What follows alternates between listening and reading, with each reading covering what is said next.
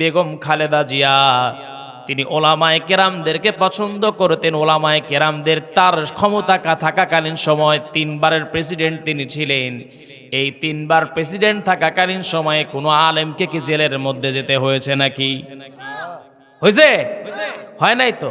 কারণ তিনি ওলামায়ে কেরামের পক্ষের লোক ছিলেন। আর একটা দল ছিল যারা ওলামায়ে কেরামদের কোরআনের কথাগুলো বলতে দেয় নাই। শোনেন, মানুষ জমিনে যে যেটাই করুক সে তার ফল পায়। একজনের অসুস্থতায় তামাম বাংলাদেশের উলামায়ে কেরাম দোয়া করেছে, আর আরেকজন বিদায়ের জন্য মানুষ আলহামদুলিল্লাহ বলেছে। তার মানে ভালোর সাথে থাকবেন, ভালো কাজ করবেন, ভালো মানুষ আপনার জন্য দোয়া করবে। কথা বলেন ঠিক কিনা? ইন্নাল্লাহা ইউহিব্বুল্লাযীনা ইউকাতিলুনা ফি সাবিলিহি সাফফান কাআন্নাহুম বুনয়ানুম মারসুস। আল্লাহ পাক বলছেন যে তোমরা সারিবদ্ধভাবে আল্লাহর রাস্তায় জিহাদ করবে, প্রাচীরের মতো, দেয়ালের মতো। কেমন দেয়াল? আপনাদেরকে আল্লাহ পাক এখানে উদাহরণ দিচ্ছেন যে তোমরা সীসা ঢালা প্রাচীরের ন্যায় আল্লাহর রাস্তায় জিহাদ করবে। এখন এখানে প্রশ্ন আসতে পারে, হুজুর আল্লাহ তো এখানে ইটের দেয়ালের কথা বলতে পারতেন, লোহার দেয়ালের কথা বলতে পারতেন, সীসার দেয়ালের কথা আল্লাহ কেন বললেন? তার কারণটা হলো ইটের দেয়াল ভেঙে যায়, লোহাকে চাপ দিবেন সেই লোহাটা ভেঙে যায়, কিন্তু সীসা এমন একটা জিনিস যেটাকে চাপ দিবেন বাগায়া যাবে কিন্তু ভাঙবে না। তার মানে হলো আল্লাহ পাক বুঝাতে চান আল্লাহর রাস্তায় জিহাদ করবে এমন বাঁকা হয়ে যাবে, মৃত্যুবরণ করার আগ মুহূর্ত পর্যন্ত কখনো বাতিলের কাছে মাথা নত করবি না। আল্লাহু আকবার।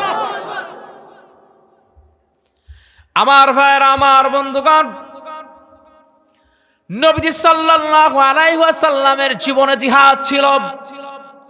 শুধু আমাদের জীবনে আজকে জিহাদটা নাই, বদরের যুদ্ধের দিন তার আগ মুহূর্তে নবীজি সাল্লাল্লাহু আলাইহি ওয়াসাল্লামের কাছে নবীজি যখন সবাইকে সিলেক্ট করতেছিলেন, 2 জন সন্তান আফরার সালেদয় মাজার মুআজ নবীজির সামনে আসলেন, ডেকে বলছেন, আল্লাহর হাবিব সবাই তো জিহাদের ময়দানের জন্য রওনা দিল, আমাদের 2 জনকে আপনি যদি সিলেক্ট করতেন, একজনের বয়স হলো 10 আর একজনের বয়স হলো 11।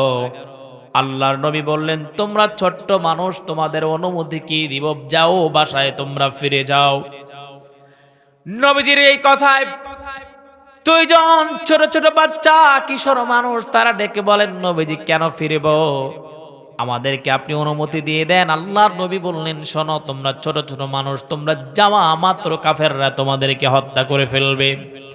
আল্লাহর নবীর কথায় তারা আবার সিরিয়ালে দাঁড়ালেন। পিছনে সিরিয়ালে দাঁড়ানোর পর বড় ভাই, যারা বয়স ছিল 11, এই বড় ভাইটা বৃদ্ধা 2টা আঙ্গুলের উপর দাঁড়িয়েছেন, পায়ের বৃদ্ধ আঙ্গুল 2টার উপর দাঁড়িয়েছেন, যেন মাপে যেন টিকে যান। বড় ভাইকে নবীজি বুঝতে পেরে মাপে টিকায়া দিলেন, কারণ শারীরিক দৈহিক এটা ঈমানের বহন করে না, ঈমানের শক্তি বহন করে না। শারীরিক ভাবে একজন দুর্বল হলেও ঈমানি ভাবে যেই মানুষটা বেশি শক্তিশালী, কারণ ঈমানের চেতনা নিয়ে, ঈমানের শক্তি নিয়ে মুসলমানেরা দুর্গের দিকে তাকিয়েছেন, দুর্গ ভেঙে গেছে। আর বন্ধুগণ, ঈমান নিয়া একজন দুর্বল সাহাবী পর্যন্ত কয়েকজন কাফেরকে হত্যা করেছে, কারণ শারীরিক শক্তির চেয়ে ঈমানের শক্তি অত্যন্ত পাওয়ারফুল। আমার ভাইরা, আমার বন্ধুগণ, সিংহ যদি দুর্বল হয় তবুও তাকে কি আপনি বিড়াল বলবেন? সিংহই বলা লাগবে। আমার ভাইরা, আমার বন্ধুগণ, নবীজি বড় ভাইরে অনুমতি দিয়ে দিলেন, কিন্তু ছোট ভাই তিনি এবার যখন মাপে টিকলেন না, নবীজি বললেন, যাও তুমি বাসায় ফিরে যাও। ছোট ভাই ডেকে বলছেন, আল্লাহর হাবিব, আমার বড় ভাই লম্বা হতে পারে, কিন্তু শক্তিতে আমি ওর চেয়ে বেশি শক্তিশালী, ওর চেয়ে বেশি শক্তি আমি লালন করি, আমি ধারণ করি। নবীজিকে বললেন, ইয়া রাসূলুল্লাহ, আপনি যদি বলেন আমার বড় ভাইয়ের সঙ্গে আমি যুদ্ধে লড়তে পারি। নবীজি বললেন লাগো। দুইজন ভাইকে নবীজি শক্তি পরীক্ষায় লাগায়া দিলেন। সঙ্গে সঙ্গে ছোট ভাই বড় ভাইয়ের কানের কাছে মুখটা নিয়ে বলছে, ভাই গতকাল একসঙ্গে দুইজন খাবার পর্যন্ত খেয়েছিলাম, একসঙ্গেই খেলাধুলা করেছি, দুইজনে একসঙ্গেই ঘুমিয়েছিলাম। মা আমাদেরকে পাঠিয়েছে আল্লাহর রাস্তায় জীবন দেওয়ার জন্য। ভাই এই মুহূর্তে যদি শক্তিতে তুমি আমার কাছে যদি পরাজয় বরণ না করো, তুমি যুদ্ধের ময়দানে যাবে, কিন্তু আমি যেতে পারবো না। এইবার এই কথা বুঝতে পেরে বড় ভাই তখন তিনি নিজেকে দুর্বল তিনি প্রকাশ করলেন, তিনি দুর্বল হয়ে গেলেন, ভান করলেন। ছোট ভাই সে শক্তিতে পেরে গেল নবীজি দুইজনকে। বুঝতে পারার পরেও নবীজি দুইজনকে অনুমতি দিয়ে দিলেন, যাও জিহাদের ময়দানে চলে যাও। দুইজন ভাই যখন বদরের প্রান্তে চলে গেলেন, একটু মনোযোগ দিয়ে শুনবেন। নবীজির দুইজন প্রিয় সাহাবী আব্দুল্লাহ ইবনে মাসউদ রাদিয়াল্লাহু তাআলা আনহুর কাছে গিয়ে দাঁড়ালেন। ঘোড়ার উপরে দাঁড়িয়েছিলেন, ডেকে বলছেন, চাচা এই বদরের যুদ্ধে আবু জেহেলকে, তাকে তো আমরা চিনি না। এবার আব্দুল্লাহ ইবনে মাসউদ বলেন, তোমরা আবু জেহেল দিয়ে কি করবা? ছোট ছোট পিচকি বালক, কি করবা তাদের দিয়া? আব্দুল্লাহ ইবনে মাসউদ বলেন, আমি যখন তাদের বললাম কি করবা, দুইজন ছেলে ডেকে বলছেন, আল্লাহর নবীর সাহাবী শোনেন চাচা, আপনি শোনেন, আমরা শুনেছি আমার নবীজিকে নাকি মক্কার জমিনে আবু জেহেল অত্যন্ত কষ্ট দিয়েছে, আমার নবীজিকে অত্যন্ত কষ্ট দিয়েছে, অত্যন্ত ব্যথা নবীজিকে দিয়েছে, কেমন অত্যাচার করেছে। ভাইরা শোনেন, বুখারী শরীফের হাদিসের মধ্যে আসছে, আল্লাহর নবী যখন নামাজে যখন দাঁড়িয়ে যেতেন, সিজদায় পড়ে যেতেন, কাফের বেঈমানগুলো পচা উটের নারী ভরে নবীজির দেহের উপর চাপায়া দিত। পচা উটের দুর্গন্ধযুক্ত খাবার, পচা উটের দুর্গন্ধযুক্ত নারী ভুঁড়িগুলো নিয়ে এসে তারা নবীজির দেহের মধ্যে উপরে চাপায়া দিত, নবীজি নড়তেও পারতেন না। একদিনকার ঘটনা, নবীজি সাল্লাল্লাহু আলাইহি ওয়াসাল্লাম কাবা শরীফকে সামনে রেখে দুপুর বেলায় নবীজি সিজদায়রত। একজন কাফের আসলেন, তার গলায় গামছা ছিল, সেই গামছাটা নিয়া তিনি ঘুরতেছিলেন। এমন সময় নবীজিকে দেখতে পেলেন, আর তারা এসে নবীজির পাশে এসে দাঁড়ালেন, নবীজির গলার নিচ দিয়ে গামছাকে ঢুকাইয়া দিলেন। সেই গামছা দুই সাইড থেকে দুই পার্ট বের করে এত জোরে টান মারলেন, নবীজি সিজদায়রত। নবীজির কণ্ঠ নালীটা চেপে গেছে, কণ্ঠ নালীটা বন্ধ হয়ে গেছে। নবীজি আর সহ্য করতে পারেন নাই, যখন কণ্ঠ নালী বন্ধ হয়ে গেছে, চোখ দুইটা ছানা ভরা হয়ে গেছে। এখন এই নবীজির চোখটা যেন ফিটে নবীজি দুনিয়া থেকে বিদায় হয়ে যাবেন। এই দৃশ্যটা দেখলেন আবু বকর সিদ্দিক রাদিয়াল্লাহু তাআলা আনহু। তিনি আসলেন আর কাফিরকে ধাক্কা মেরে তিনি ফেলে দিলেন। ফেলে দিয়ে ডেকে বলছেন, না তাকতুলুনা রাজুলান ইয়াকুলা রাব্বি আল্লাহ। এই মানুষটা কে বলেছে আমার রব হলো আল্লাহ, এই জন্য তোমরা তারে মেরে ফেলবা নাকি? আমার ভাইরা, আমার বন্ধুগণ, এই পরিমাণ অত্যাচার আবু জেহেল তার সাঙ্গপাঙ্গরা নবীজির উপর করেছিল। মাজার মুআব্বিজ ডেকে বলেন, নবীজি, দুইজন ভাই ডেকে বলেন, প্রিয় নবীর সাহাবী আবু জেহেল কোথায়? আবু জেহেল একটু দেখায় দেন। তিনি যখন আবু জেহেলকে দেখায় দিলেন, ওই যে লিডার শয়তান, সে ঘোড়ার পিঠে বসে আছেন। দুইজন সন্তান গেলেন, আবু জেহেলকে তারা ঠাঁই পেলেন না, আবু জেহেলকে ধরতে তারা পারতেছিলেন না। যেই কাজটা করলেন, তাদের হাতে ছোট ছোট তরবারি ছিল, সেই তরবারি দিয়ে আবু জেহেলের পায়ের ওপরে আঘাত করলেন। ওই যে আবু জেহেল ঘোড়া থেকে জমিনে পড়ল, আর জীবনে কোনোদিন কোমর খাড়ায়া দাঁড়াতে পারে না। আমার ভাইরা, ইসলামের বিপক্ষে যারা অবস্থান নিয়েছে, তাদের কোমর আল্লাহ পাক কেমন করে ভেঙে দিয়েছেন, তারা জীবনে কোনোদিন আর কোমর সোজা করে দাঁড়াতে পারে নাই, ঠিক কিনা? এই জন্য যে যাই করেন, ইসলামের বিপক্ষে অবস্থান নেওয়া যাবে, উলামায়ে কেরামদের বিপক্ষে অবস্থান নেওয়া যাবে না। আমার ভাইরা, আমার বন্ধুগণ, আবু জেহেল পড়ে গেলেন, তখন দুইজন ভাই তার বুকের উপরে বসে পড়লেন। এই দৃশ্যটা দেখলেন আবু জেহেলের ছেলে ইকরিমা ইবনে আবু জেহেল। এইটা দেখে সে দুইজন ভাইকে ঘিরে ফেললেন, দুইজন ভাই যুদ্ধ করতে লাগলেন। অতঃপর একজন কাফেরের তরবারি এসে বড় ভাইয়ের ডান হাতে লেগে গেল, বাম হাতে লেগে গেল। ডান হাতের চামড়াটা একটু শুধু লেগেছিল, ডিস্টার্ব করতেছিল। তিনি বাম পা দিয়া এই হাতটাকে চেপে ধরে আল্লাহু আকবার বলে টান মারলেন, হাতটা সঙ্গে সঙ্গে ছিটকে পড়ে গেল। ডান হাতটা কেটে গেল, বাম হাতটাও কেটে গেল, হাত থেকে তরবারি পড়ে গেল। একজন কাফের এসে তার গলা বরাবর মেরে দিলেন। যখন তিনি শহীদ হয়ে যাবেন, বড় ভাই ছোট ভাই তার কানের কাছে মুখটা নিলেন, নিয়ে বলছেন, ভাই রে কেমন লাগতেছে তোমার, একটু আমাকে বলো। ছোট ভাই ডেকে বলছে, ভাই কেমন লাগবে তোমার অবস্থা, তোমার এখন কেমন লাগতেছে বলো। বড় ভাই মৃত্যুর আগ মুহূর্তে দাঁড়িয়ে বলছেন, শোনো, এই মুহূর্তে যদিও আমি দুনিয়া থেকে বিদায় হয়ে যাচ্ছি, কিন্তু আমার নাকের মধ্যে আল্লাহ পাক জান্নাতের ঘ্রাণটা ঢুকায়া দিয়েছে। আমার ভাইরা, আমার বন্ধুগণ, ইসলামের বিপক্ষে যারা অবস্থান নিয়েছেন তাদের বিপক্ষে আমার আপনার অবস্থান নিতে হবে। এমনকি যারা আল্লাহর বিপক্ষে কথা বলে, যারা নবীজির বিপক্ষে যারা কথা বলে, এই কথা মনে রাখবেন, কেউ যদি নবীজিকে যদি অপমান করে কথা বলে, কেউ যদি নবীজিরে গালি দেয়, তাদের জন্য ইসলামের আইন কি জানেন? ইসলামের আইন মানুষ হত্যা মহাপাপ, ইসলামী আইনটা এটাই বলে। কিন্তু কেউ যদি আল্লাহ এবং তার রাসূলকে গালি দেয়, কেউ যদি বাংলাদেশের আইন অবার করেও যদি সেই মানুষটাকে যদি হত্যা করে ফেলে, বাংলাদেশের আইন যদি আপনাকে যদি ফাঁসিও দেয়, আল্লাহর আইনে আপনি শহীদের মর্যাদা পাবেন। তার মানে আল্লাহ এবং আল্লাহর রাসূলের শানে যারা বেয়াদবি করবে তাদেরকে হত্যা করা এই আইনটা দিয়েছেন কে? সবাই কোন কে?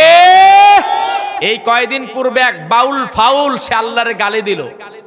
সে বলল যে আল্লাহর কথার নাকি আগামাথা নাই। নাউজুবিল্লাহ বলেন। আগামাথা আল্লাহর কথায় আছে, কিন্তু এটা ধরার মতো জ্ঞান তোমার ছিল না, এই জন্যই তুমি পাও নাই। সে বলে তোমরা দাড়ি কাটো আর ফেরেশতার পাছা চাচো, বলতে লজ্জা লাগে, তবু বলতে হয়। তারপর বলে কুল আউযু বিরাব্বিন নাস, আল্লাহ নাকি নাসের কথা বলছে। কুল আউযু বিরাব্বিন নাস, যেখানে আল্লাহ মানুষের কথা বলছে, আর ও বলে যেখানে নাচের কথা বলছে। এই যে এই ধরনের কথাবার্তা আজকে বাউলদের অনেক, এই যে আপনার ভিডিওগুলো আমার সামনে আসে, এদের যে অবস্থা, গানগুলোর অবাক হতে হয়, বুঝছেন? মানে ইসলাম বিদ্বেষী কথা, আবার এমন এমন কথা বলে যেটা মা ছেলে বাবা পরিবার নিয়ে শোনা যায় না, সামনে যদি এসে যায়। অনেকে মানে ফাহেসা কথাও বলে, ডাইরেক্ট বকাবকি করে। আসলে মূল কথা হলো, আমরা তো বাউলদের বিপক্ষে, আমরা বাউল গানের তো বিপক্ষে না। কই বাংলাদেশে তো আরো তো গান আছে, কই লোকগীতি আছে, এই গান আছে, সেই গান আছে, বহু পুরাতন, যেগুলো আমার মাথায় ঢুকছে না। আচ্ছা, আব্দুল আলিম নামে একজন শিল্পী ছিলেন, আরে বিখ্যাত কবি, তার গান তো আমি নিজেও মাহফিলে গাই। দুই কাঁধে ছিল যে তোমার দুইজনা পাহারা, তোমারে একলা থুয়া পালাইছে তাহারা, তোমার আট কুঠুরি নয় দরজা বন্ধ দোয়ার হলো রে হলো, মুখে আল্লাহ রাসূল সবে বলো, দুয়ারে আইসাছে পালকি নায়রে গাও তোলো রে তোলো, মুখে আল্লাহ রাসূল সবে বলো। আল্লাহু আকবার! কি অসাধারণ গান! এই গানের বিপক্ষ থেকে আমরা যাই নাই। তারপর আমি এই যে দোল দোল দোলনি, রাঙা মাথায় চিরুনি, অসাধারণ এই গানগুলো বাচ্চাকালে আমরা নিজেরাও শুনছি, ওই বিপক্ষে তো যাইনি। আজ পর্যন্ত আল্লাহর কসম আমি তার বিপক্ষে কিছু বলি নাই। কিন্তু বাউল গানের বিপক্ষেও আমরা নই। আপনারা গান সমস্যা না, এটা বাংলাদেশের ইতিহাস ঐতিহ্য, কিন্তু আল্লাহ আল্লাহর রাসূলরে নিয়ে যেই গালি দিক, বাবা হলেও ছেড়ে দেব না। ভাই আমি কথা বলি স্পষ্ট, আমি অহেতুক ফুল কথা আপনাকে বুঝাই দিব, মাঝখানের একটা কথা বলে ফিতনা সৃষ্টি করার লোক আমি না। বদরের যুদ্ধের দিন এই যুদ্ধটা বাবা এবং সন্তানের বিপক্ষে ছিল। সন্তান বাবার বিপক্ষে যুদ্ধ করেছিল। আমার ভাইয়েরা, আমার বন্ধুগণ, কেন? কারণটা হলো ইসলামের বিপক্ষে বাবার অবস্থান ছিল। একজন সাহাবী বদরের যুদ্ধের পরে, খারাপ লাগতেছে আপনাদের? একজন সাহাবী ইয়াং মানুষ বদরের যুদ্ধের পরে নবীজির কাছে এসে পাগলের মতো কান্না করে। আল্লাহ নবী ডেকে বলে, আমার প্রিয় সাহাবী কেন কান্না করো? সাহাবী ফোপায়া ফোপায়া কান্না করে আর বলেন, নবীজি কেন কান্না করব না? ইসলামকে ভালোবাসি, আল্লাহরে ভালোবাসি। আজকে জানেন না আমার বাবা ইসলামের বিপক্ষে অবস্থান নিয়ে বদরের ময়দানে এসেছিল। আমার বাবা একজন মুশরিক, আমার বাবা একজন মুশরিক। আমার বাবা বদরের যুদ্ধের দিন আমার বাবা ইসলামের বিপক্ষে যুদ্ধ করতে এসেছে। আমার বাবা, আমি দেখলাম আমার বাবাকে যখন ফলো করলাম, দেখলাম আমার বাবা আপনাকে হত্যার জন্য চেষ্টা করছে। প্রথমবার চেষ্টা করলো, আমি তাকে সরাইয়া দিলাম। দ্বিতীয়বার যখন আপনাকে হত্যা করার জন্য পিছন দিক থেকে আসছে, আমি তখন তাকে কোন রকম ভাবে সরাইয়া দিলাম। তৃতীয়বার দেখলাম আমার বাবা অনেক টেকনিক করে আপনার দিকে আগাচ্ছে, আপনাকে হত্যা করবে। তখনই আমি বুঝতে পেরে এমন কাজ করলাম, আমার বাবাকে চিন্তা করলাম, আমার বাবাকে কেন আমি বারবার সরাইয়া দেই। যে আল্লাহ এবং আল্লাহর রাসূলের দিকে তরবারি উচ্চ করে, ও আমার বাবা হতে পারে আমার দ্বীনের উপরে নয়, আমার ইসলামের উপরে নয়, আমার নবীর উপরে নয়, আমার রবের উপরে নয়। চিন্তা করে বাবার গলা যেতে একটা মারলাম। আমার বাবা বদরের প্রান্তে তিনি দুনিয়া থেকে বিদায় হয়ে গেলেন। নবীজি কেন কান্না করব না বলেন? আমি আমার বাবাকে হত্যা করেছি।